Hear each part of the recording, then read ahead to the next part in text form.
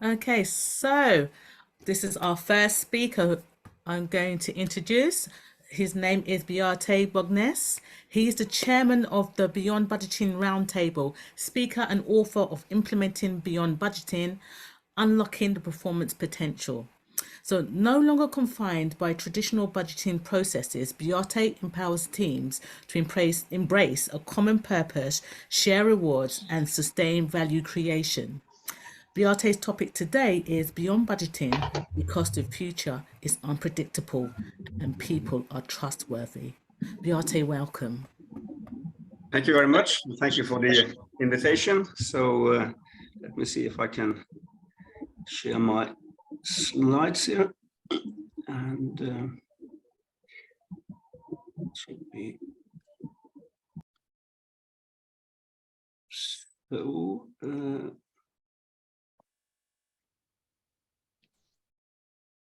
Can you see my slides? Yeah, very good. So beyond budgeting, yeah.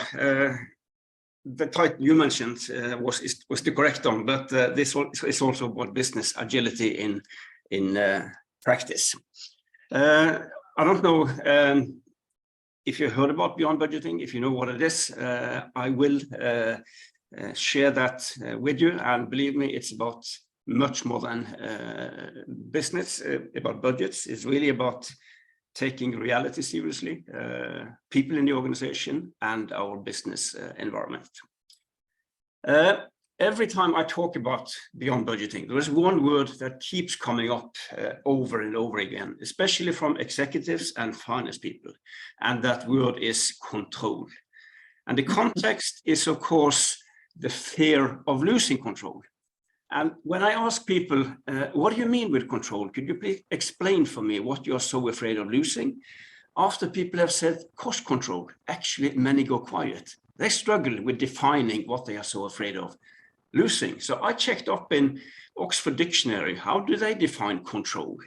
And they call it the power to influence or direct people's behavior or the course of events. And what does this mean in organizational terms? Well, it basically means two things: controlling people and controlling the future.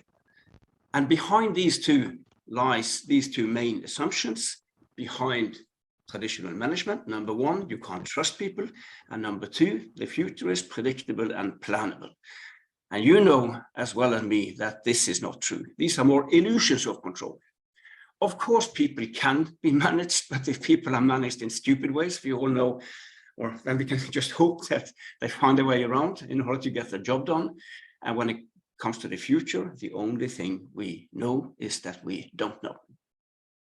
Talking about people and trusting people, I've always traveled a lot. And the first thing I check at the hotel room at night is what kind of clothing hangers do they have?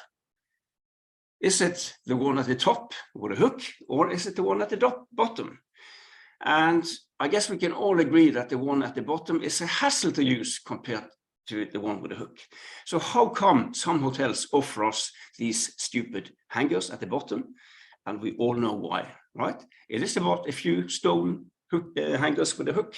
And what was the response? To punish everybody because somebody did something wrong. Actually, one of many problems with traditional management. Wise people out there have very much agreed with what I just have said. Good old Peter Drucker, most of what we call management is about making it difficult for people to do their job. And I would very much agree. I mean, sometimes the problem is that we manage too much. And when it comes to planning, predicting the future, then another wise person, Russell Acuff, he compared what he saw in especially big companies with a ritual rain dance, all that planning. It has no effect on the weather, but those who engage in it think it does.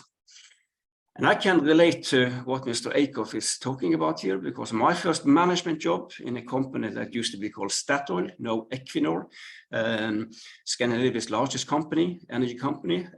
My first management job, head of the corporate budget department. So I've been doing a lot of dancing in my life. I'm not sure that it really improved the performance of the company. But I did many years ago realize that what I was doing was wrong. So now I've been working with Beyond Budgeting for almost 30 years. And what is Beyond Budgeting? This is a model consisting of 12 principles, 6 on leadership and 6 on management. And I'm sure that in this conference, other conferences, I mean, you have been talking a lot about things said on the left-hand side here: purpose, values, transparency, autonomy, and so on. And there are as such, I mean, so there's nothing unique as such in what we are saying about leadership here on the left-hand side. But very often communities and models addressing leadership, they have not reflected very much on what kind of management processes are needed to underpin and kind of activate these leadership principles. Because, I mean, it doesn't help to have these theory Y leadership intentions if there are theory X management processes, which is the case in so many companies. And that is why Beyond Budgeting addresses both leadership principles and management processes. So it's both about what we say and what we do. And there has to be a coherence, a consistency between the two. And a few classical examples of the opposite. It doesn't help that we talk loud and warm on the left-hand side about how fantastic employees we have, and we would be nothing without you, and we trust you so much. But not that much. Of course, we need detailed travel budgets. Are you crazy? I mean, this is hypocrisy, right? People notice, and the words on the left-hand side become hollow again because the management processes has a different message. So on these management process principles here, the kind of what the budget tried to do for us through setting targets, making forecasts, allocating resources, the three first principles 7, 8, 9. I mean, that's basically solved here, but by splitting up these 3 purposes in 3 different processes and doing each one in much better ways. For instance, instead of setting stupid fixed absolute budget targets, then we recommend to find inspiration in football. I have yet to meet a football team saying that the ambition for next season is to score 39 goals and get 42 points. Right? They don't think like that. That's budget goals. They think in terms of league tables. It's all about doing well against peers. That could be externally, internally, yeah. So just one example of a Beyond Budgeting principle, thinking in relative targets.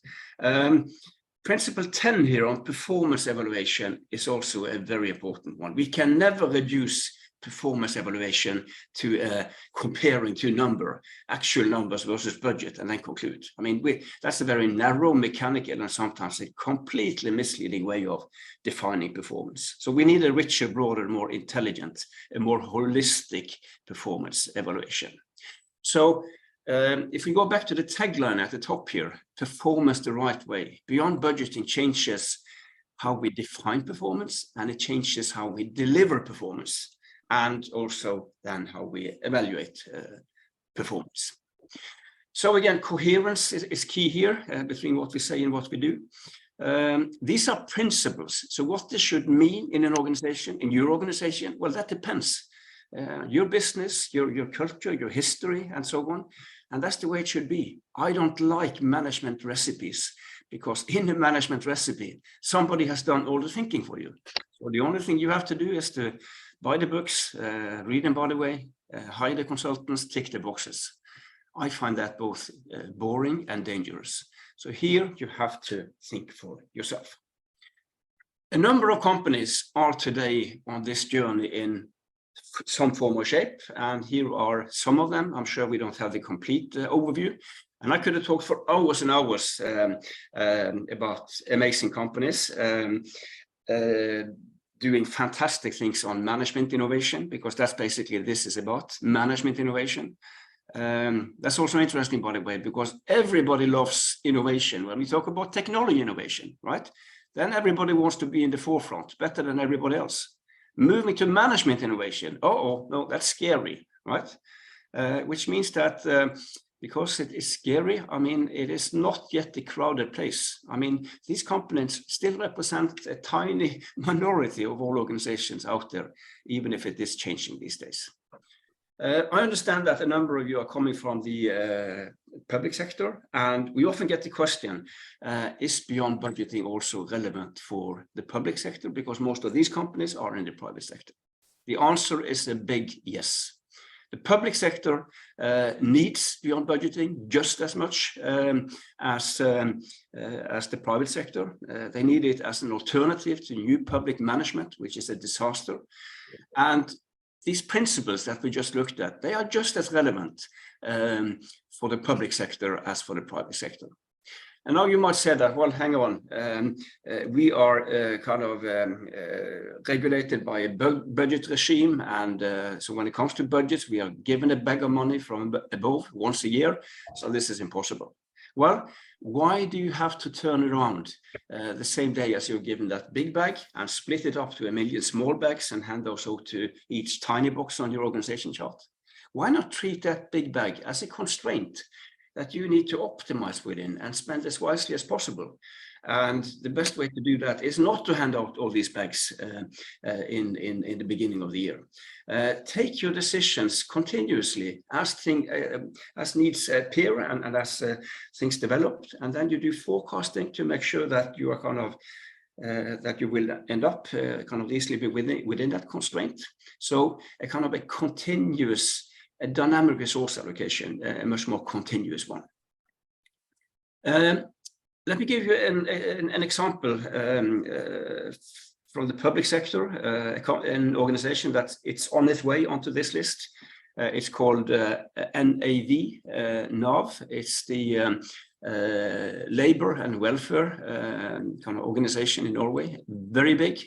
They have 12 contact centers across the country, have all the direct first contact with the customers, clients. And they did a very interesting experiment back in 2020. In 2 of these contact centers, then they were told that you don't have a cost budget at all. No constraints at all. You can spend what you need in order to do a good job, but not more. And then 2020, when that was over, they could look at the results. And this was, of course, the first year of the pandemic. So all these centers had lower external costs than normally, but none of them had higher cost reductions than the 2 pilots, minus 50% in both. So from 2021, they expanded the experiment from 2 to 6 units, and today all 12 units are running without cost budgets, and it works wonderful. And again, this is not the private sector; it's the public sector. So this was a little taste of what beyond budgeting is. I hope I don't left you too confused here. If you want to understand much more of this, then you are very welcome to our workshop on beyond budgeting on July 12th. And if you can't make that one but are still interested, then you just heard my previous book introduced, and this book just came out. Beyond, so a guide to more adaptive and human organizations, and I'm extremely happy that Gary Hamel wrote the foreword for the book, a great book. So that's what I wanted to share with you. And then Henry has asked me to post a question for you to address. And my question would be, what would convince your executives or your finance people to go beyond budgeting? What kind of arguments would they need to hear? Thank you. What questions would you like to ask Bjarte? We've got him for another few minutes. So what questions have you got? And I put in the link for the Beyond Budgeting on 12th of July, and you can have a 25% off code for this conference with BBudget23. Okay, so do type into chat. We've got Paul, who's got his hand up.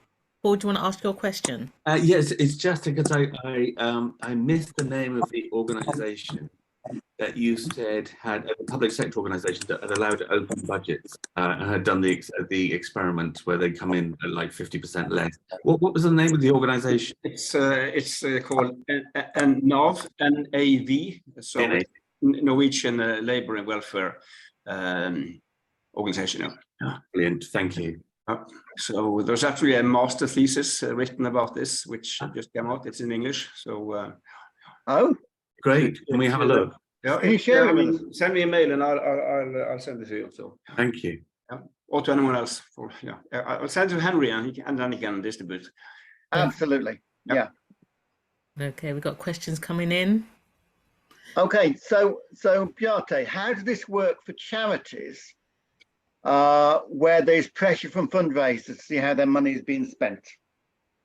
I think this is, just as needed and relevant for those kind of organizations as well. And I just mentioned in the breakout, the Danish Heart Association, the Norwegian Sea Rescue Organization, both kind of in this category as such.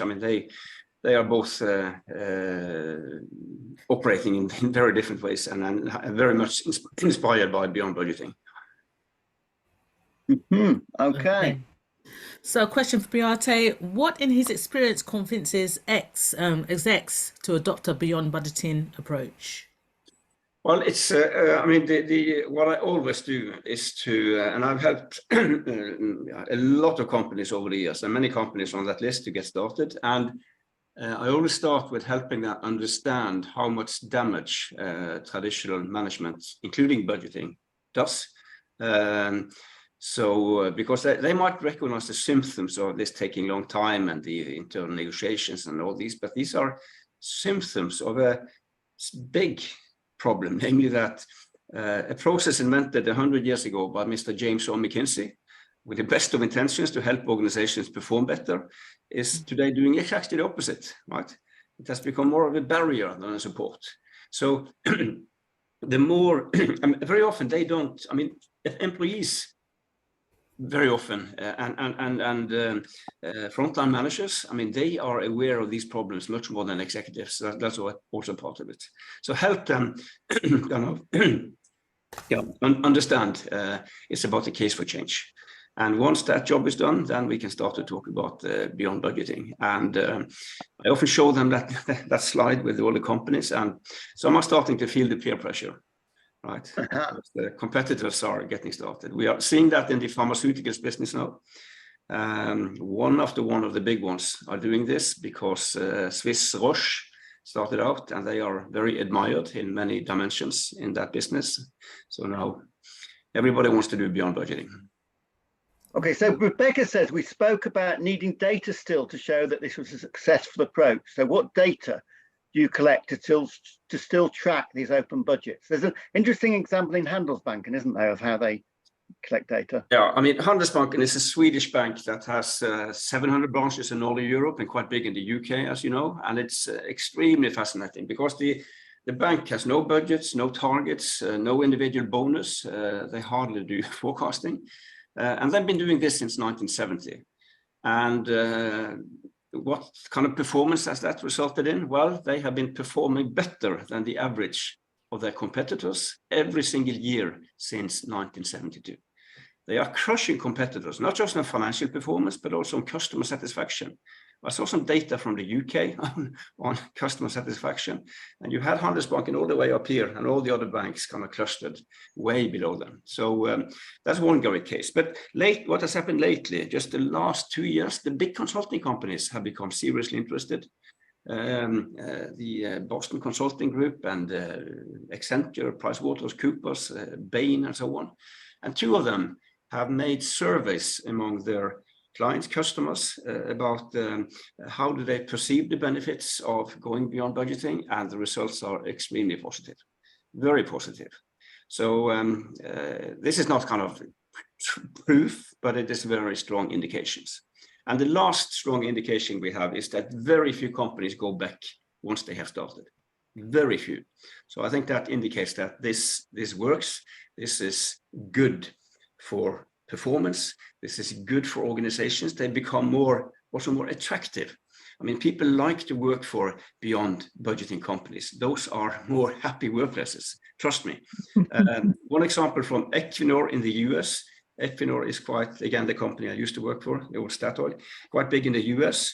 And Equinor recruits from its competitors, and they don't need to, they have no problem with recruiting. Actually, people from other companies want to work for Equinor because they know that this company operates in a very different way, much more values-based, much more dynamic, much more. Again, that company went beyond budgeting back in 2005, and I was heading up that activity. So we have a number of strong indications that this is good for performance in a broad sense. Okay, excellent. Thank you very much for that. And as I say, if you want more on this, there we have the 12th of July session, which is entirely Bjarte talking for an entire day. You can find out all about it, and you've got a 25% off code there. Thank you very much, Bjarte. Thank you, Bjarte. Thank you for the invitation, and good luck with the rest of your session.